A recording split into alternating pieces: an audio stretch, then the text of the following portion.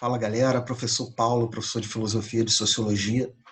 Hoje uma aula de filosofia muito interessante, né? A gente vem nessa sequência, primeiro ali dos grandes filósofos da Grécia, né? Esse surgimento aí de uma filosofia um pouco diferente por questões ali de invasão do território grego, que é a filosofia helenística, que a gente viu na última aula, né? Uma filosofia mais de autoajuda, aquela coisa mais sobre aquele período que a Grécia estava vivendo. A gente tem, logo depois disso, o Império Romano, né, que vai se utilizar de muitas ideias desses grandes filósofos, tá?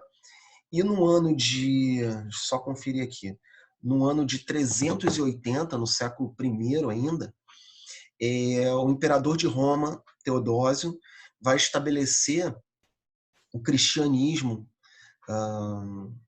como uma religião oficial. E aí, galera, a gente vai ter uma mudança do pensamento do Ocidente, em algumas partes do Oriente também, que esse cristianismo ele vai avançar. Ele vai avançar e com a queda do Império Romano, o período medieval ele vai ser completamente orientado, completamente, como é que eu posso dizer, completamente encaminhado ali no sentido das ideias cristãs pautarem a sociedade, tá legal? Então, por mais que as pessoas digam que na Idade Média não tenha tido, não tenha havido construções artísticas, que não tenha havido filosofia, isso hoje a gente vê que não é verdade, tá?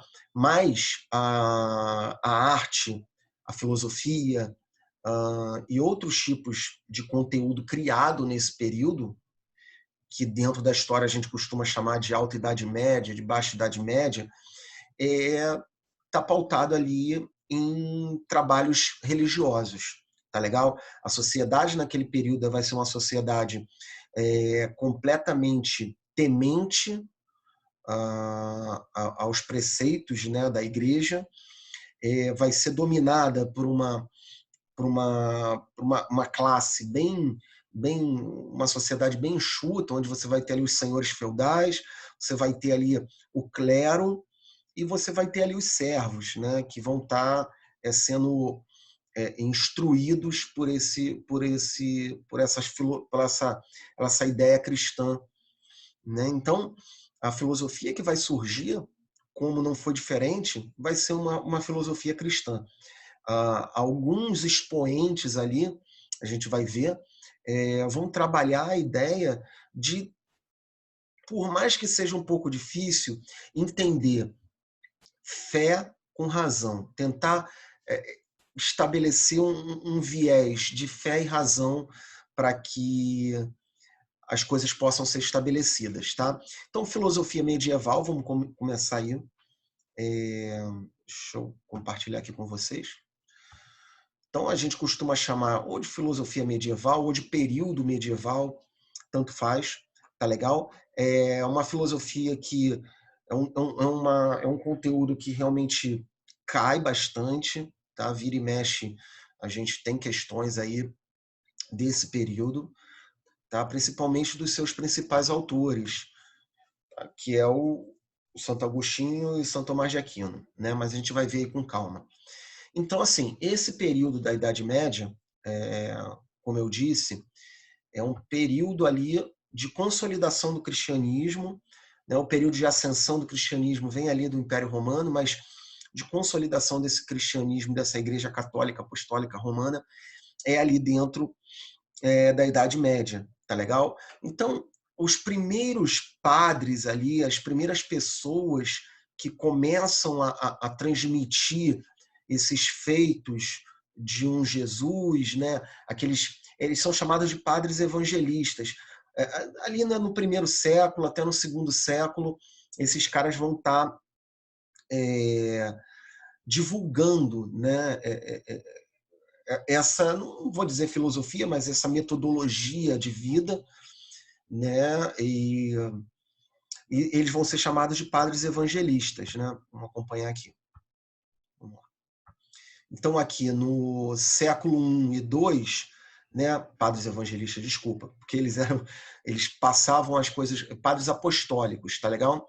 Que muitas das vezes ah, vinham naquela tradição dos apóstolos ali que acompanharam, enfim, aquele primeiro momento ali, é, mas não era considerado uma filosofia.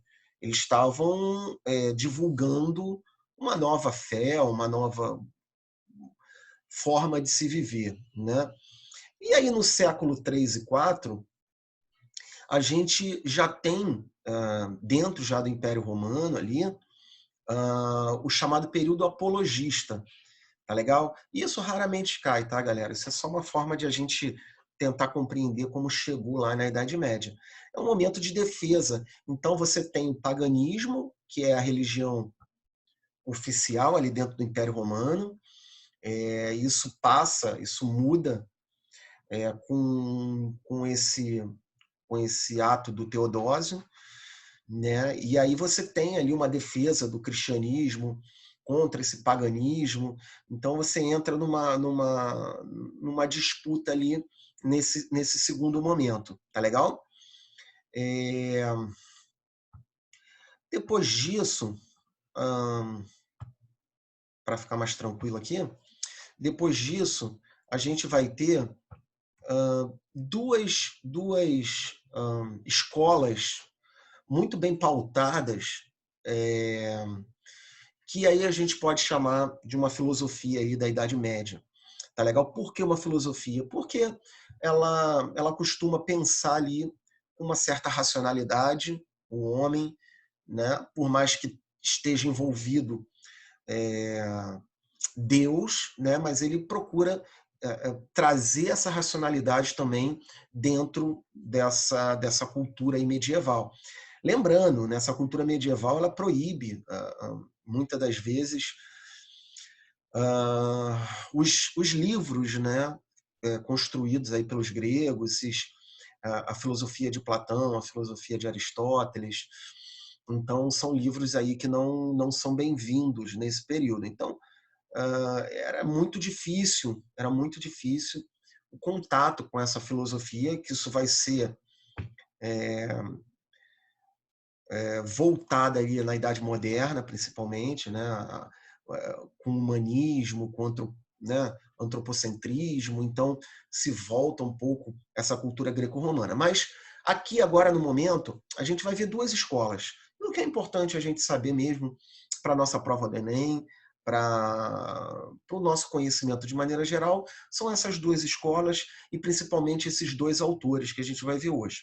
Então a gente vai ver aqui a patrística, tá legal? Que vai do século IV ao século VIII, tá? E depois a gente vai ver a escolástica, que vai do século X até o século XIV, desculpa, né? Do século X ao século XIV, depois de Cristo. Mas, professor, no século VIII ao século X tem um hiato aí, né? Tem um vazio. Sim, porque não era feito nada. Não foi feito nada.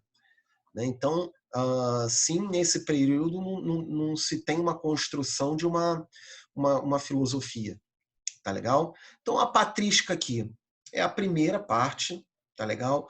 Vai estar adentrando nesse início de sociedade medieval.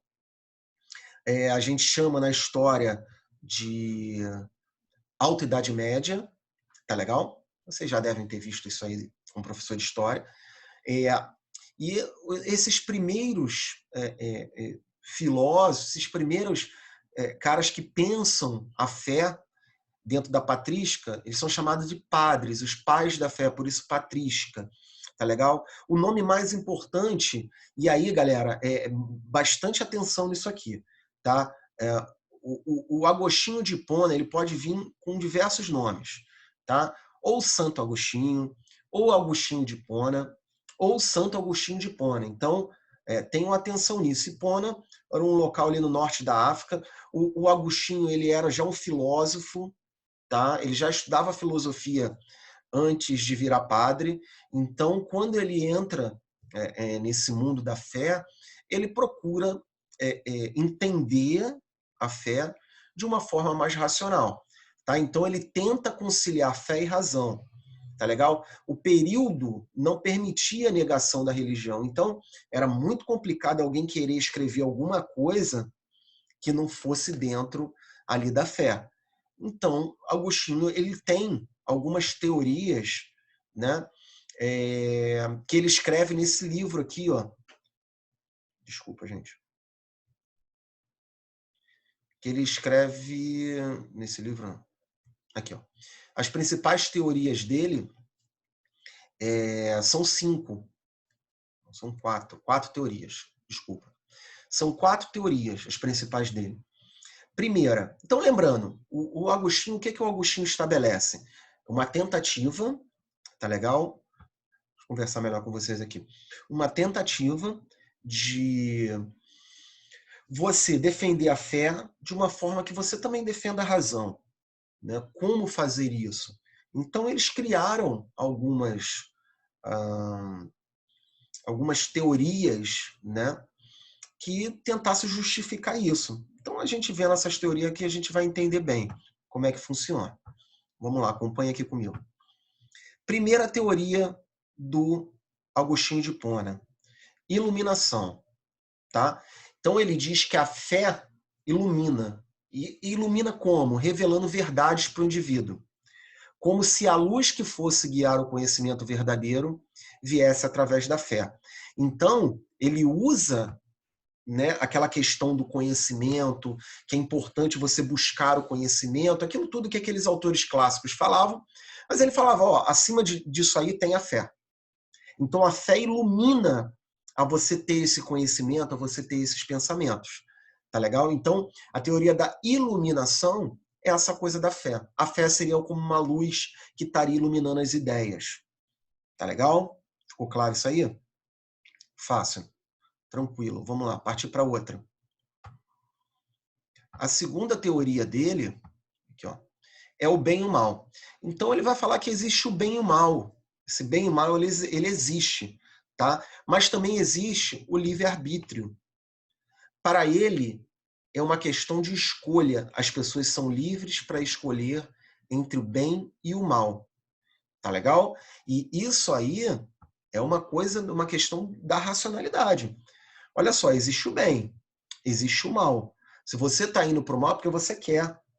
Tá legal? Então ele brinca muito com essa questão do bem e o mal para também falar do livre-arbítrio, que é uma outra coisa que a gente tem dentro da religiosidade cristã, né? Que Deus dá o livre-arbítrio para todos. Isso também cai um pouco na questão da razão, né? O livre-arbítrio é totalmente racional. Você tem essa escolha, né? Mas a terceira aí dele.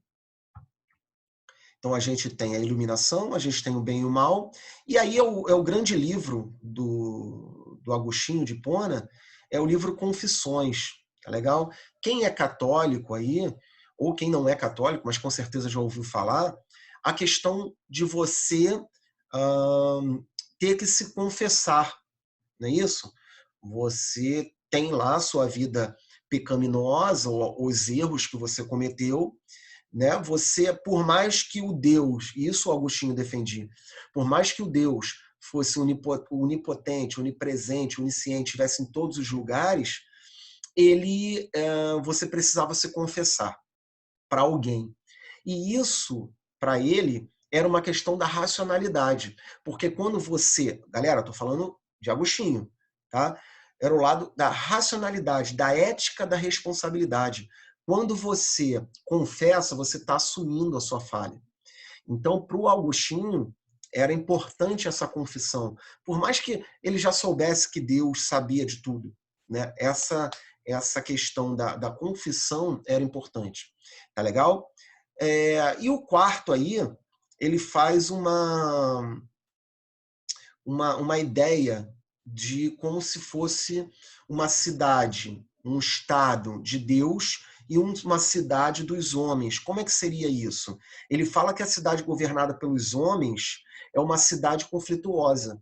Tá? Porque cada pessoa é diferente, cada um é diferente, cada um pensa de uma forma diferente. Então isso é muito ruim. tá? Então a cidade dos homens é muito ruim.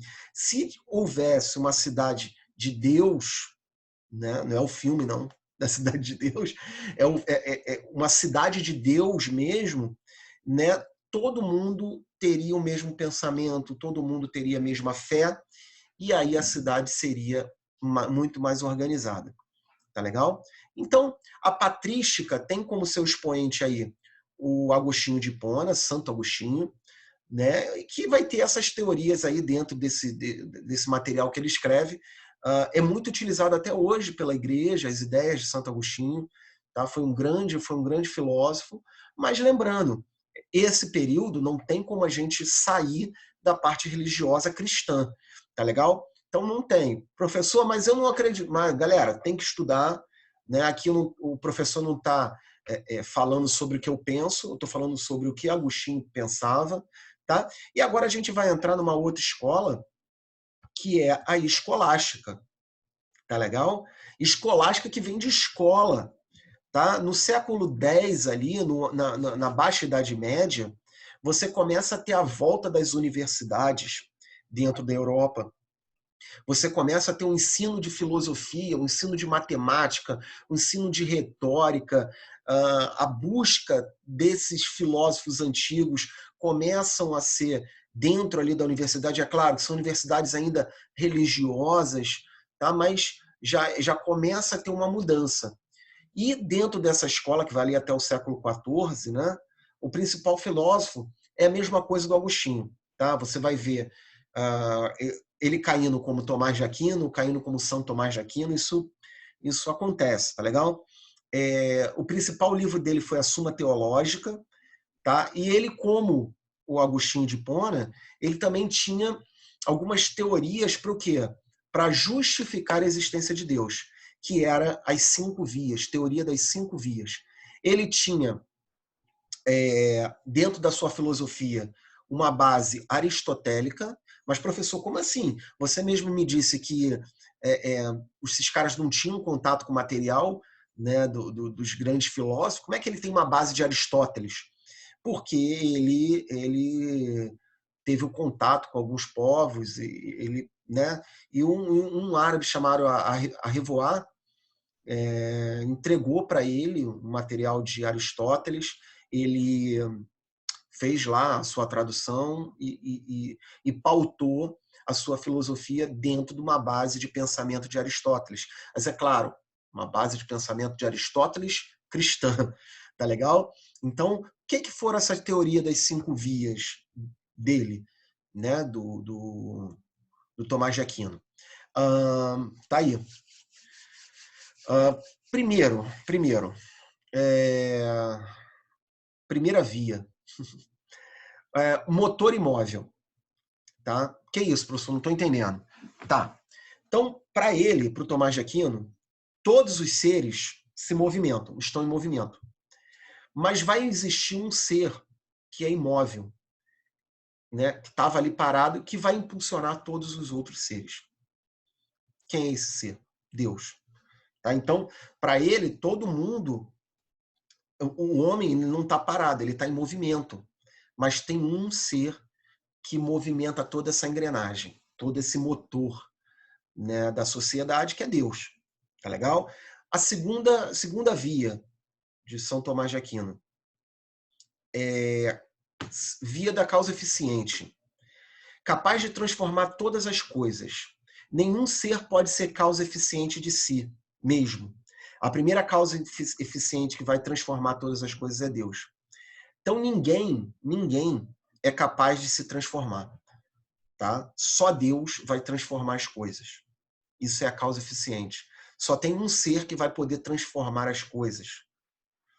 Tá legal? A terceira via aí, contingente necessário. Né? Quem está aí no período de quartel, né, que vai lá para servir e está doido para não servir, aí vem lá o papelzinho, excesso de contingente. O que é aquilo? Excesso de gente para ali, excesso de coisa. Né? Então, assim, Deus, né, vai definir o que é necessário, o que é contingenciado. Né? Então, Deus vai ter tudo sob controle, não tem nada em excesso. só o necessário.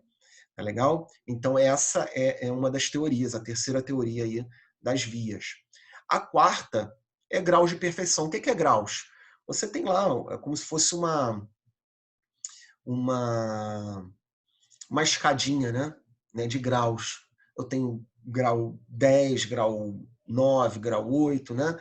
E o grau da perfeição maior é quem? É Deus para ele. Né? Então, todo mundo tem que tentar subir graus para atingir a perfeição de Deus. Seria a ideia dele. E a finalidade do ser, é o 5 aí. Todos os seres têm uma finalidade. Quem define a finalidade de cada um é Deus. Todo mundo tem um objetivo, uma finalidade, onde quer chegar. Mas quem define isso? Para ele é Deus. Tá? Então, essa filosofia ela é muito pautada nessa ideia mesmo de racionalidade. Né? Essa ideia que todo mundo está tá envolto ali do poder de Deus, né? No controle das ações. Existe razão? Sim, existe razão. Mas num viés, numa tentativa de tentar colocar essa razão junto com a fé, junto com Deus, enfim. Foi as duas escolas aí que cresceram aí nesse longo período da Idade Média. Tá? Depois, quando a gente entrar na Idade Moderna, a gente vai ter uma caçambada de teorias, aí sim a filosofia vai ser super bem explorada, tá? A galera vai voltar a ter contato com esses filósofos gregos, e aí a coisa vai andar um pouquinho melhor. Mas no período da Idade Média ficou um pouco engessado mesmo, a gente só tem essas teorias mais religiosas, podemos dizer assim, mas principalmente voltada para o cristianismo. Tá legal? Espero que tenham gostado. Se não entenderam, rever, volte, anotem tudo isso aí no caderninho de vocês e façam os exercícios lá que vai ser bem legal para treinar o conteúdo, tá bom? Grande abraço, fiquem com Deus.